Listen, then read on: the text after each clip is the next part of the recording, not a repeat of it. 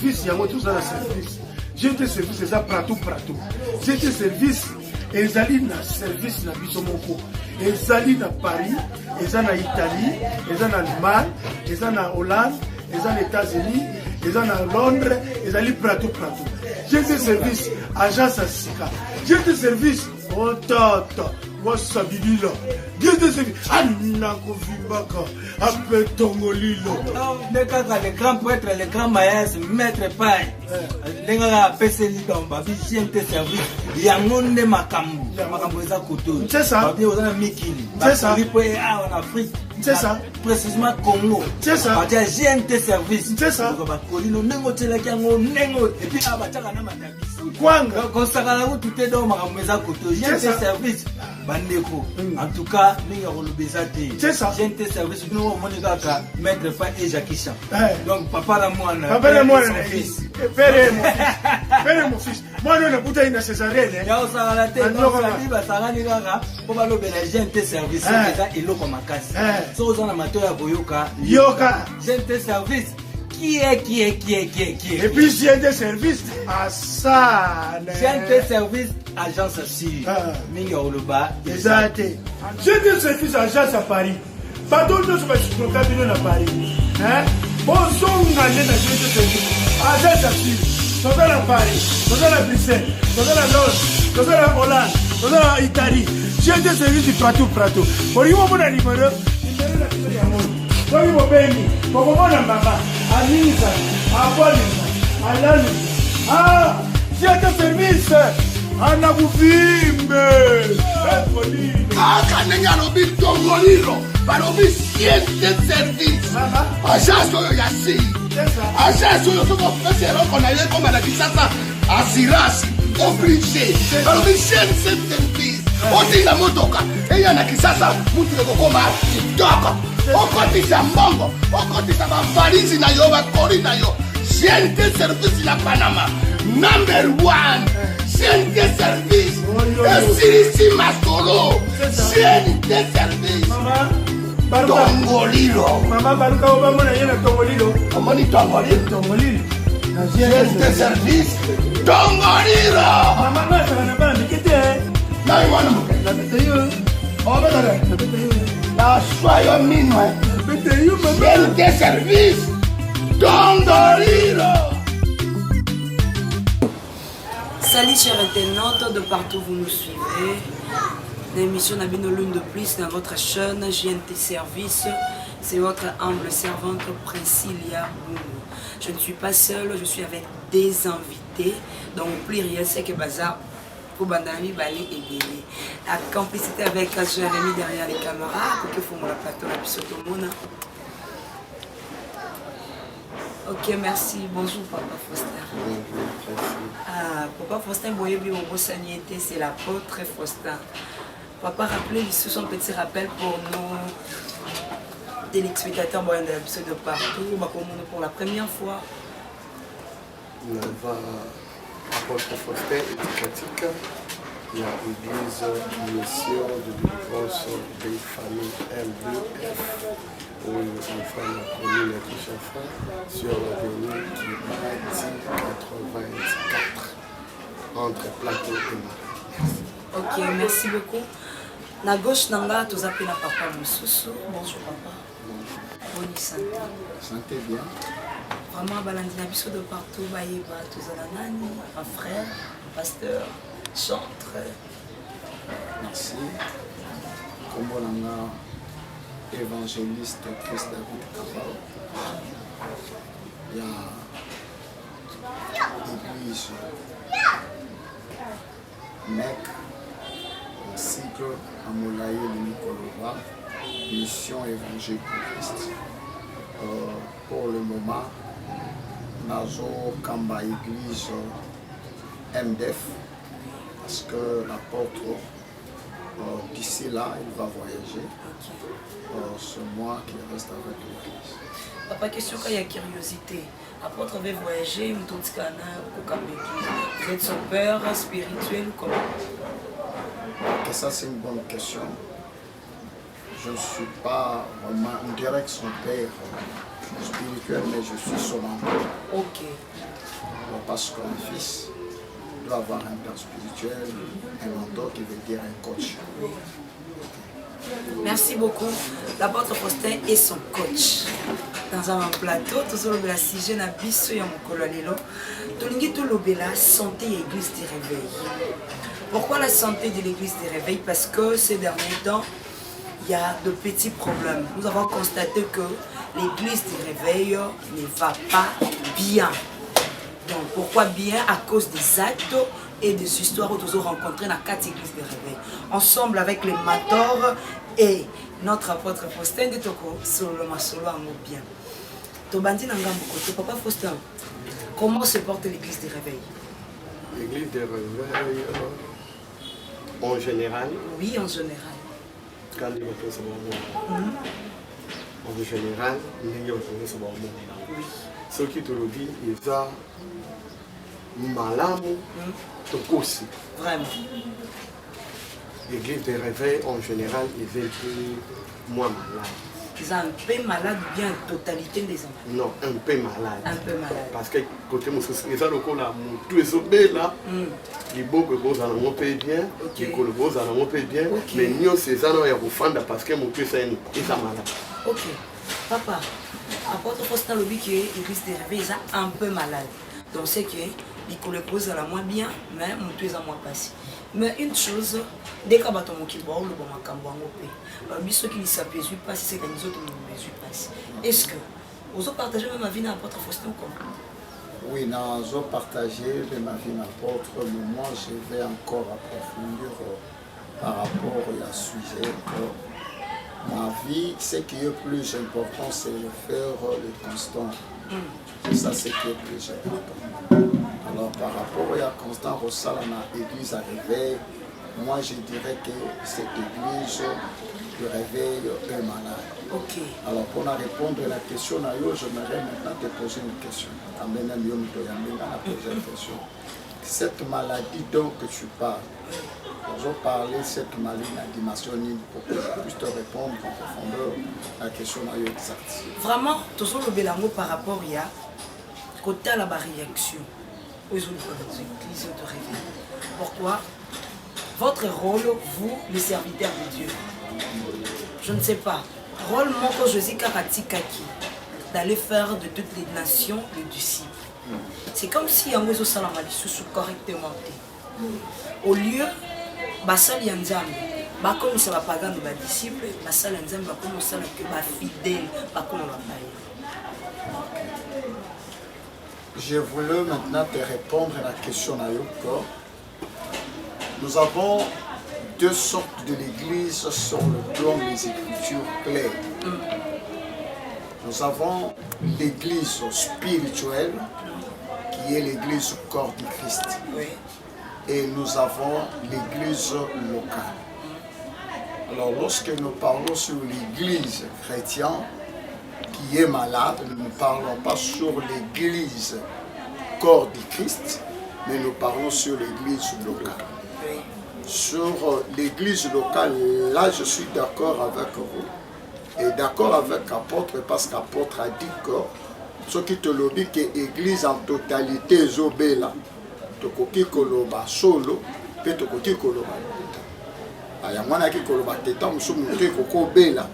Mais le boko est en bonne santé, car bien mais ça nous autres moko, mais le boko est en maladie. C'est que la ligne qui n'est que sûr que directement à Zoloba na différence il y a ba église. Oui. L'église corps de Christ et ça église spirituelle et belle. Vraiment. C'est cette église-là que Jésus a dit à Pierre que je bâtirai mon église sur toi. Hein? C'est que la révélation là, c'était ça la pierre que le Seigneur a bâti l'église. Mais l'église locale, c'est cette église qui est totalement malade. Qui est totalement malade. Okay. Merci papa pour l'accent, nous sommes totalement malade. Apôtre Faustin, l'église locale est totalement malade. Maintenant, qu'est-ce qu'il me faut pour que cette maladie ait quitté ma corps? Tu peux quitter l'église locale. Merci. Dans la question là, l'église locale, totalement malade.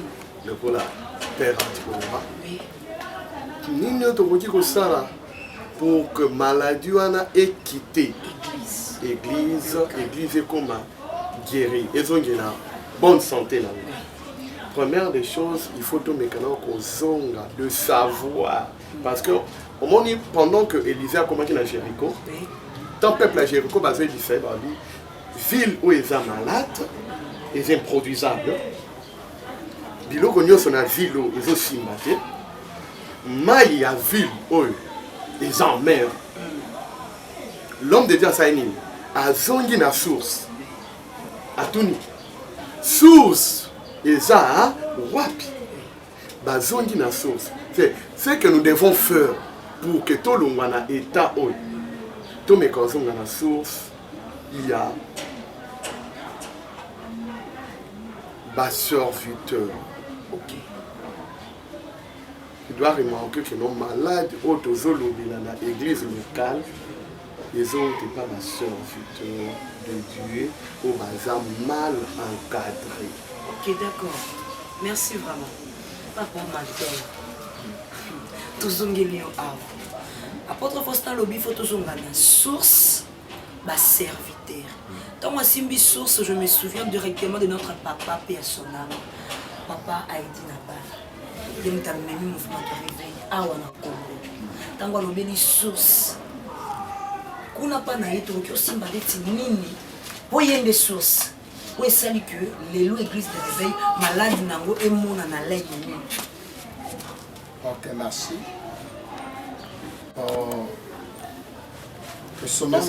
Excuse, Oui. Je pense Père Antin pour expliquer et le bilo ni balé tout le bela. Abi église de réveil où les accords du Christ, na église de réveil où les local. C'est un lobby église de réveil.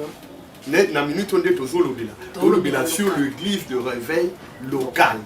Il y a un moment où il y a une nabi, toujours la source où il y a le dirigeant, disons le père. C'est un ok. Pasteur, il y a l'église de réveil local. Donc, au Tawana, nous comprenons et nous connaissons notre besoin. Ok. Par là, pour redémarrer, surtout bito zonga na pasteur, il y a l'église de réveil. De par là, le la source. En parlant de leur source, il faut tout zonga na père spirituel. C'est ça. En parlant de leur source, il faut tout zonga na père spirituel. Est-ce que vous-même, papa, vous avez un père spirituel? Oui. C'est qui ce père? J'ai un père spirituel. Mon père spirituel s'appelle Adélard, docteur Adélard Zenamam. Ok. De l'ensemble des saints. Et j'ai mon mentor. Ok. Votre mentor. C'est l'apôtre Céphas Mampuidi de l'église Mission Évangile au Christ. Jusqu'à nos jours, relation est bonne. Très bien. Courir les camarades. D'ailleurs, aujourd'hui, nous avons une école, il y a papa. Donc, on attend une école, nous avons lundi, mercredi, vendredi. C'est qu'il est le frère qui l'école. Je lui ai dit qu'il n'a pas nous arrêter, à qui tourner une mission très importante. C'est lui qui m'a dit allez. Vraiment. C'est une bonne chose. Ce qu'on prend un pasteur en sous. Parce que papa le bas qui bien sur le coup, le coup ça va bien, mais le beaucoup problème des autres. Parce qu'on n'a pas avec les autres, ils ont bien. Est-ce qu'ils ont des problèmes avec leur père spirituel ou bien ça n'a pas père spirituel ou quoi? Alors merci maman journaliste. Je vais toucher la dimension non sommébale. Oui. La première des choses que nous devons retenir, pour qu'aujourd'hui, aussi les malades, il y a des églises, il y a réveil local au Congo.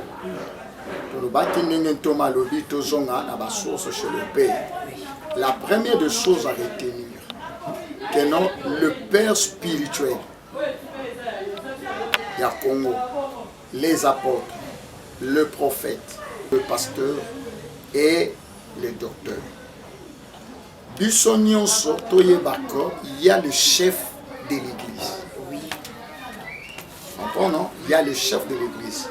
Na sepeli na question na yo moko phrase na yo moko en passant au lobiko, Jésus envoya les disciples dire allez faire par tout le monde mes disciples. C'est que ça c'est la mission. Moi je dirais ceci. La première des choses qui cause le maladie, c'est que le pasteur des églises locales d'aujourd'hui, il ne fait pas le genre de devenir des disciples, ils ont fait le genre de devenir leurs fanatiques. Oh là là. Ça ça prend. Ils ont fait le genre de devenir leurs fanatiques. Ils sont tous à bandimia un tel, pasteur n'a bu un tel, pasteur n'a bu ça le bacabo. Il est passé la banque à la caboité, tu vois non? Okay. Alors, c'est la base de ça que les lots maladies au Salanini et au Kota Nakatinini, Nakati église, il y a local ya Congo. Deux, Nakati église na biso local. Retenons ceci. Jésus a zoloba na mukanda ya Jean 14. À l'obi, je ne vous laisserai jamais les orphelins. Oui. Je vous envoyerai les consolateurs. Moi, j'aime beaucoup dire à mon fils, et je lui dis souvent, sur la chair, le nom qui est prêché, même si l'Éternel t'élève, qu'il te donne de voitures, le jour où je viendrai, il y a beaucoup de richesses, je te prends le micro. Ok. Il y a côté voyage, je te confie sur le micro. Ok. Le nom qui doit être prêché sur la terre, c'est le nom de Jésus. Amen. C'est lui-là. Parce que Philippe a tourné Jésus à l'obé maître, montre-nous le Père. C'est là où nous souffrons. Jésus dit à Pierre, depuis longtemps que j'ai marché avec toi, tu ne connais pas Père. C'est lui qui est avec moi. Celui qui m'a vu avec le Père. Et c'est lui parce que moi je suis dans le Père et le Père est en moi. C'est que la personne, l'évangile au Congo a perdu l'homme central. Ok. L'homme de Jésus. La personne de Jésus. Voilà pourquoi tous en 14 matinales, toujours le sur la personne de Jésus. Pour que les gens reviennent. Ce qui te limite aussi sa maladie, tout le temps va voyage dans le sauté. Qu'on ne cite pas nos titres. C'est pas important. Tu comprends? Ça c'est la première cause de la maladie à Congo. Ça c'est un. Tous on dit ça, Jésus n'a santé. De deux, tout y a aussi parce qu'on va payer.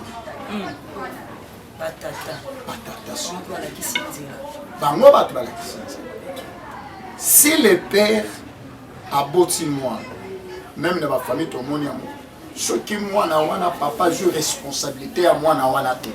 Comme il faut, botter la future en moi. Il deviendra un vagabond sur la rue, un kounouna, un bandit, un voleur. Pourquoi? Parce que les parents jouent responsabilité là, bien. C'est la même manière dans nos églises. C'est que le père, ils n'ont pas eu leur responsabilité à main. Voilà pourquoi l'élo église est malade. L'église est malade parce que le père n'a pas pris leur responsabilité à main que moi na oyo na moni ngolu ya nzambe na kati na ye. Na moni ministère na kati na ye na encadré moi na oyo parce qu'azali il pambo. Mais vous verrez le père a négligé moi. Ça c'est un. Na zongi liboso abam. Et ça la moi na mosusu a koki kozala. Papa détecté ministère. A ebisa lui moi na kati na ça. Mais quand on lui donne la chair, tellement d'ambazo utilisé, il prend le plus que son père, il sort. À ça encadré. Tu comprends non? À ça encadré, il y a mon enseignant mais avant Jésus a tenu la discipline, là c'est plan dans la Bible. Maman journaliste, là c'est plan dans la Bible.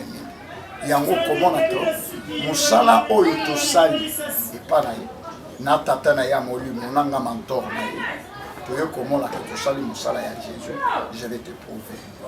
Jésus avant na ba disciple na pour la première fois tini ba qui ba eko zongo ba si Yesu ba le dire ah maître les esprits nous sont obéis. N'est-ce pas? Alors, Jésus dit que non, ne vous réjouissez pas parce que les démons et les esprits vous obéissent. Mais réjouissez-vous parce que vos noms sont écrits dans les livres de vie. il a continué la formation avec les disciples. C'est après qu'il t'a dit au Monsanto, Nakotina Bango, allez. De la même manière qu'on a fait avec elle. On lui a formé de détecter grâce à la carte, on lui a envoyé.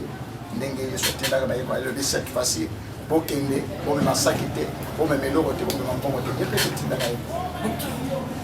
Ça, ce n'est pas son premier église. Quand il a à l'église, à Salim Moussa, ici, il a bien dit Bissot. C'est que moi, on a et voilà jusqu'aujourd'hui, il est là très fort. Mais moi, dans mon sous-sol, je suis bongo à se proclamer. Malamour a commis archibishop, prophète. Comment on a papa? Vous comprenez? Alors, à la formation qui a Moussala, parce que la Bible a osé que mon peuple périt faute de la connaissance. Lorsqu'on n'est pas formé dans le domaine moko, toujours le papa journaliste, ça va le bosser. Ce qui est domaine avant de ça qui a filmé les autres. Mais ce qui est bien, pourquoi? Parce qu'il a été formé. Et là, comme source dans l'église locale, il y a comme les années, les formation. Les gens sont encadrés. Mais il y a des gens qui sont encadrés. Ça a peine à être surtout comme on a dit, on est au monde.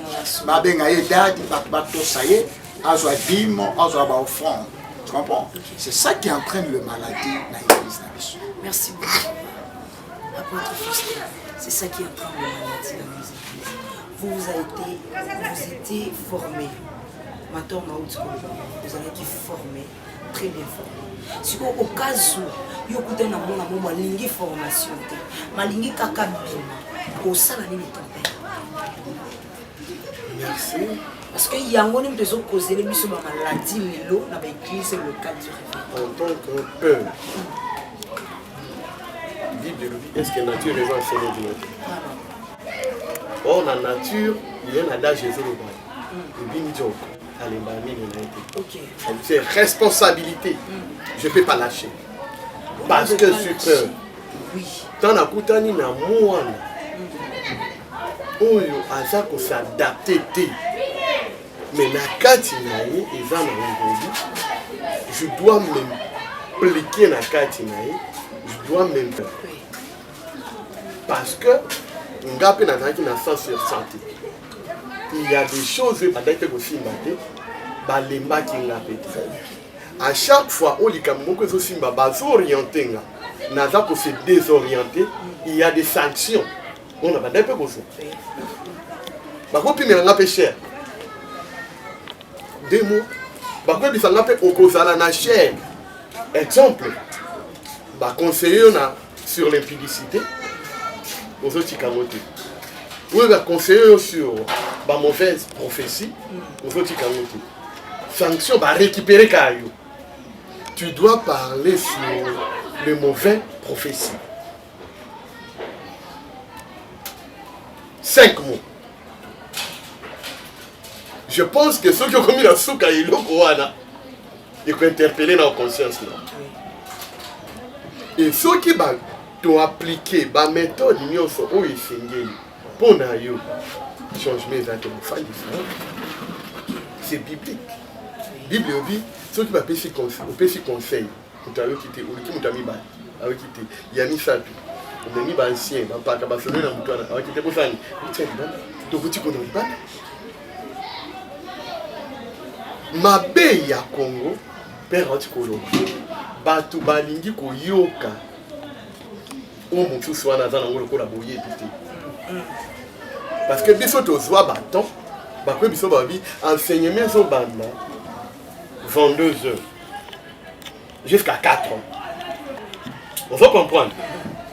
Maintenant, calcul, il y a beaucoup, oh là là, on s'en dit, on s'en dit, on s'en dit, c'est ce que dit lobby, au long, c'est de l'apprendre. Nakati, il y a un effort, il y a quoi apprendre, les autres hommes, les capos, on est toujours obligé, il y a quoi qu'on a protéger. Vraiment.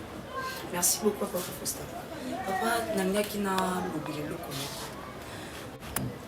Yesu tango mati ambi na kiena monsi na bisika na kozonga na koya kozwa bino. Or ndenge akei akebongisa esika ozonga yo ozwa biso atiki biso mpe pamba te toa na esprit na ye siko fo mwasi azala préparé otango epu akozonga azwa ye baneto na mokona siko na batemps oyo biso tozovivre estce dans nos églises bazopréparé bafidèle mpo ntango epu akoya azwa bango baneto. Merci maman journaliste pour la Vous savez, c'est regrettable avec trop d'amertume dans l'âme qu'on peut parler de ces choses. Nous n'attaquons pas le ministre, ni pasteur, ni évangéliste, ni l'apôtre, ni prophète. Ce sont de ministres de Dieu. Toujours ça va respect et belé. Toujours attaquer Bangote.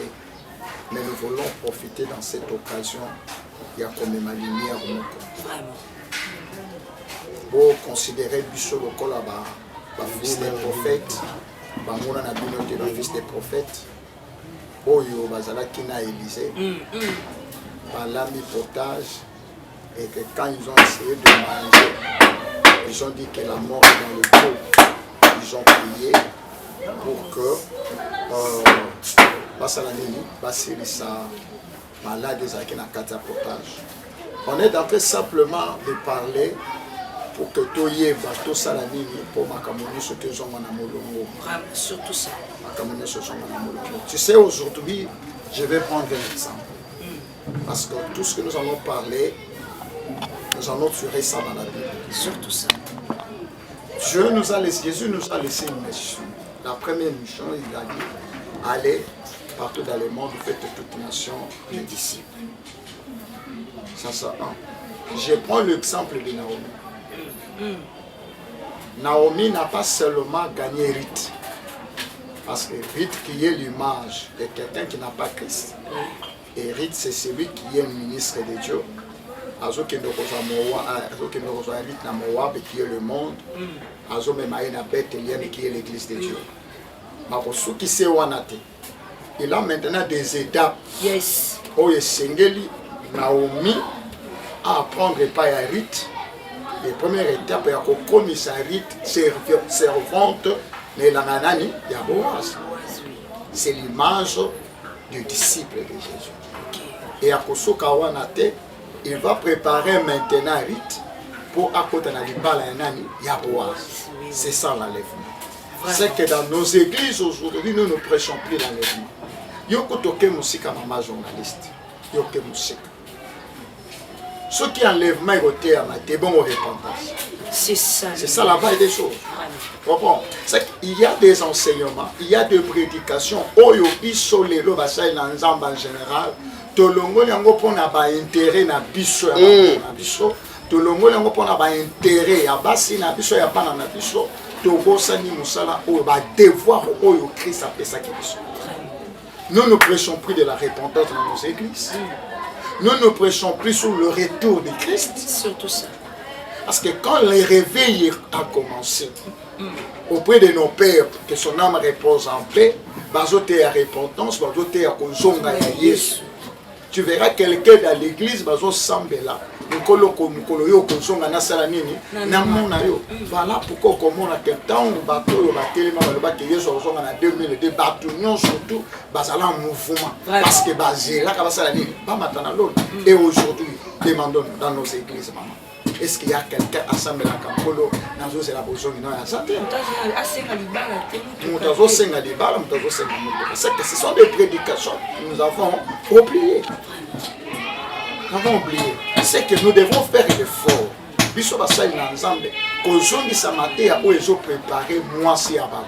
Parce que retenez ceci, je voulais vous dire, nous avons amené une réflexion. Que bateau tozo kamba église za kamwasi ya nani za kamwasi ya Yesu. Merci beaucoup. Amen. Votre Foster. Tenez tout na kaka question. Est-ce que vous serviteurs de Dieu, ezongela na bino na motu ke bozala juge sévèrement parce que vie ya makambo ezoleka na église c'est comme si ebunga na motu na bino. Père Antin Koloba, on a ajouté toujours quelque chose par rapport à ma question là. C'est mon mentor, hein. À lever le comment on a dit à lever. Boutique à l'église n'est pas dans l'âme. Ceux qui ont l'église au Yangai, je pense que dans l'article dans l'article il y a un principe. Ah au sable. Les locaux les a église Yanzan. Oh ya kosuluna ne kozanga musala yanza yanzambe ngape na ke musala yana yanzambe. Le jour biso ba serviteur de Dieu toko comprendre que musalo ezalaka ya biso te toza wana mpona koprépare mwasi moko mpona libala d'office tosala correctement. On va comprendre. Parce que toujours ça là, oh yo kolo na mwasani, asa na besoin. Mais lokola eloko wana elongwa biso na motu. Tokoma kozwa ba église ekomi ya biso. Yango moni même na chair na biso ekomi bifika ya ko répondre par rapport na ba ranking na ba buzo ba moko bokutana ki na yango. Il y a d'autres églises qui sont ici ne prêchent pas la repentance. Oh là là, comment est-ce que l'épouse a besoin de la préparer sur la terre?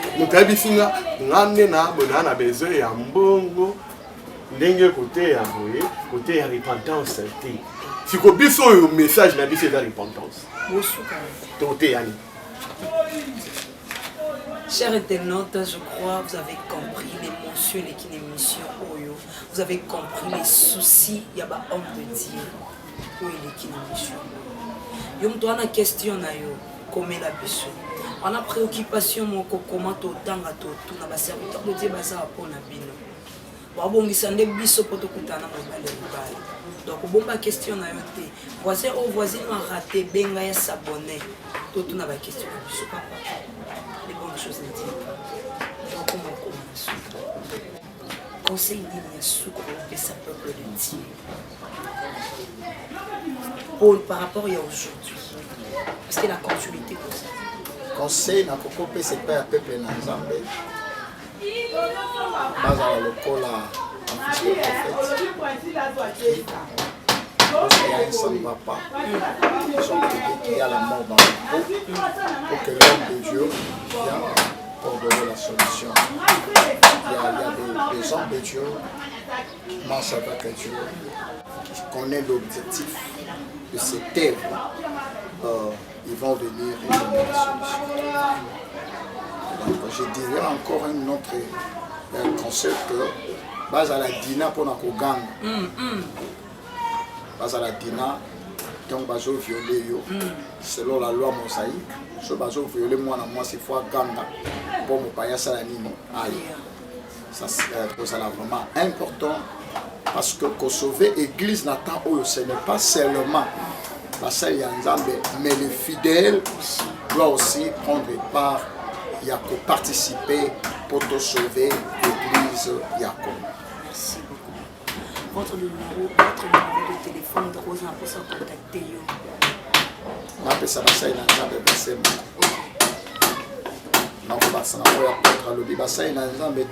Genèse chapitre 2, verset 15. Je vais lire. L'Éternel prit l'homme et le plaça dans les jardins d'Éden pour le cultiver et pour le garder.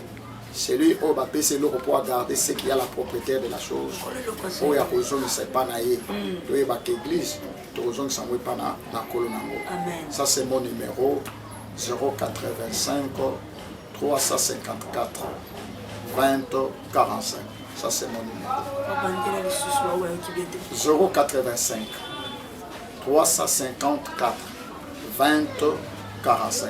Ça c'est mon numéro de WhatsApp. M'appelez toute question que vous pouvez poser Comme les bango, mais vous pouvez aussi poser directement par là.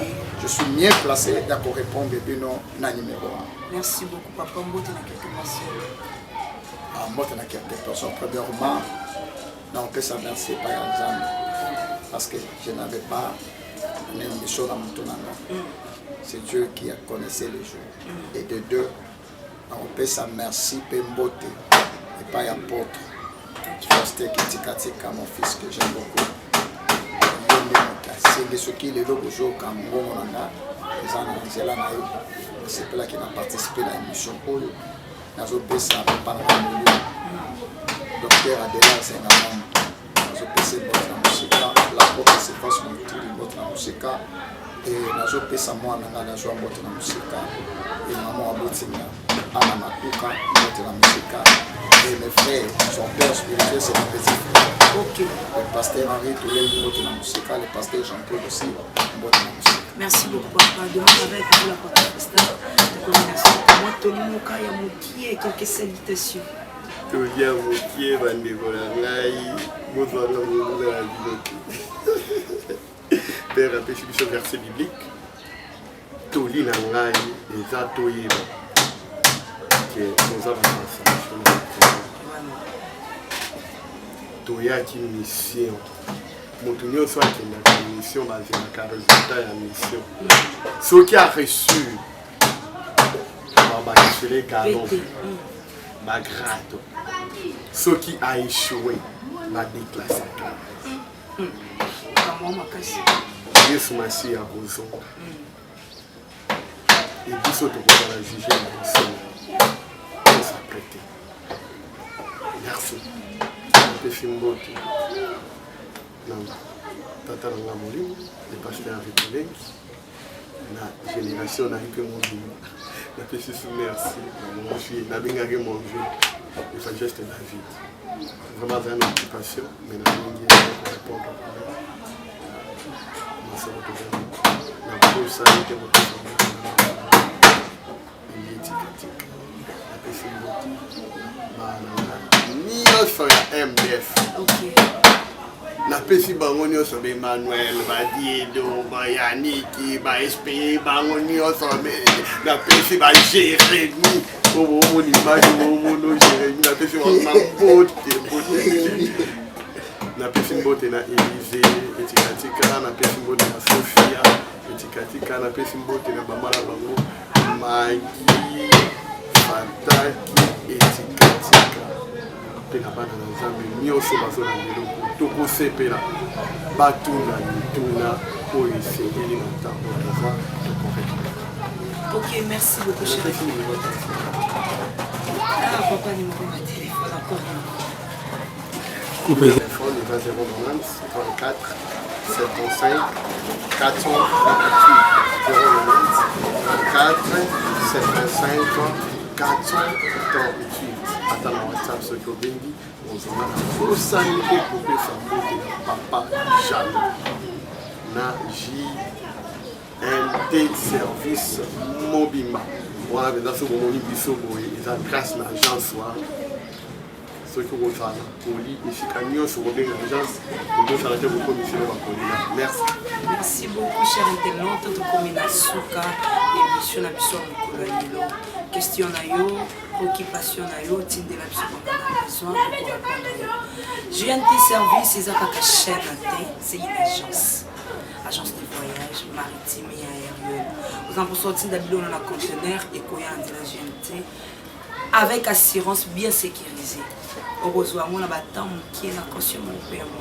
Quand on entend l'émission, c'est pas une émission de préoccupation. Dans la bande filante, au monde il y a des réductions. Dans ce type locaux, il y a des réductions, ils ont un prix abordable.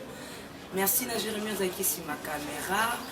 Salutations à ma maman chérie, Ernestine Lambert, mon père spirituel, l'apôtre Serge Kipula. Je n'ai jamais oublié mon président, Louari Balamandaï. Merci beaucoup à vous tous. Je vous aime beaucoup. À la prochaine. Restez branchés.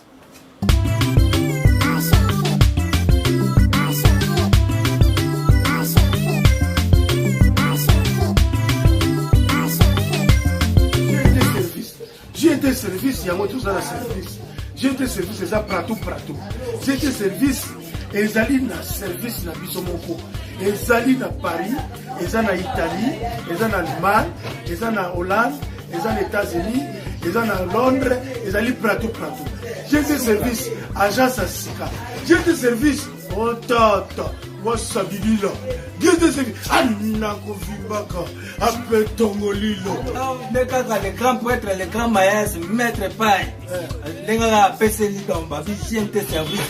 Yangonde makambu. Makambu eza koto. C'est ça. Papi ozana mikili. C'est ça. En Afrique. C'est ça. Précisément Congo. C'est ça. Parce que GT service. C'est ça. Kolino nengo tselaki yango nengo. Et puis abataka na matabisi. Kwanga. Kosakala ko tuté do makambu eza koto. GT service. Bandeko. En tout cas, nous avons le baisaté. C'est ça. J'ai un service, nous avons mettre pas et Jackie Chan. Donc, papa la moi, papa la moi, fils.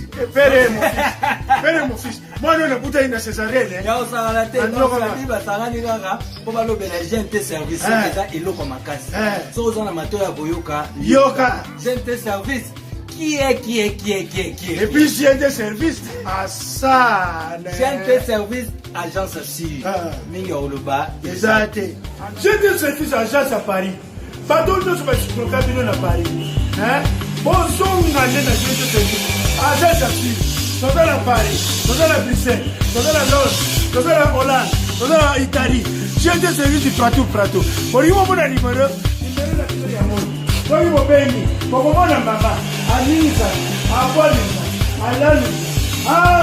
Siete service, anakuvimbe. Kaka nenya lobi tongolilo, balobi siete service. Agence oyo ya si. Agence oyo soko pese roko na yeko na kisasa asirasi, obligé. Balobi siete service. Otinga motoka, eya na kisasa mutu ekokoma kitoko. Okotisa mbongo, okotisa bavalizi na yo, bakori na yo. GT service ya Panama, #1. GT service, esirisi masolo. GT service. Tongolilo. Mama baruka obama na yena Tongolilo. Omoni Tongolilo. GT service, Tongolilo. Mama ngasa na bana mikete. Na iwana muke. La bete yo. Obetare. La bete yo. La soyo minwe. La bete yo mama. GT service, Tongolilo.